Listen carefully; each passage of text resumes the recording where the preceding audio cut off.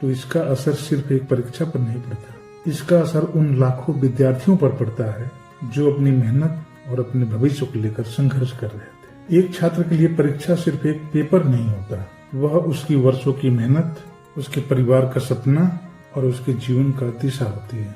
इसी विश्वास को मजबूत करने के लिए जब सोनम वांगचुक जी और उनके साथ लोग शांतिपूर्ण तरीके से अपनी बात रख रहे थे, तो मेरा मानना यह है कि उनकी बात को गंभीरता से सरकार को सुननी चाहिए थी। मैं ये नहीं कहता कि हर मांग से सरकार सहमत हो, लोकतंत्र में अलग अलग विचार होना स्वाभाविक है, लेकिन एक लोकतांत्रिक समाज की पहचान यह है कि वह असहमति की आवाज को भी सम्मान के साथ सुने। सरकार की ये जिम्मेदारी है कि व्यवस्था को बनाए रखे और संस्थानों को मजबूत करे, लेकिन नागरिकों की चिंताओं को भी सुनना उतना महत्वपूर्ण है, क्योंकि लोकतंत्र केवल वोट देने तक ही सीमित नहीं है। लोकतंत्र का मतलब है कि एक आम नागरिक भी अपनी समस्या और अपनी चिंता को शांतिपूर्ण तरीके से सामने रख सके।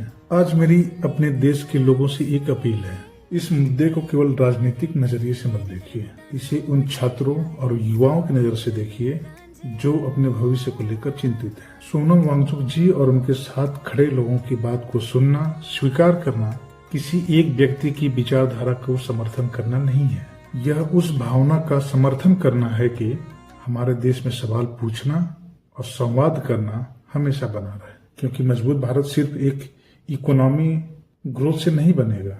एक मजबूत भारत तब बनेगा जब देश के युवाओं को अपने सिस्टम पर एक मजबूत विश्वास हो। मेरी ये भी अपील है कि आप गुस्से से नहीं, समझदारी से सोचें।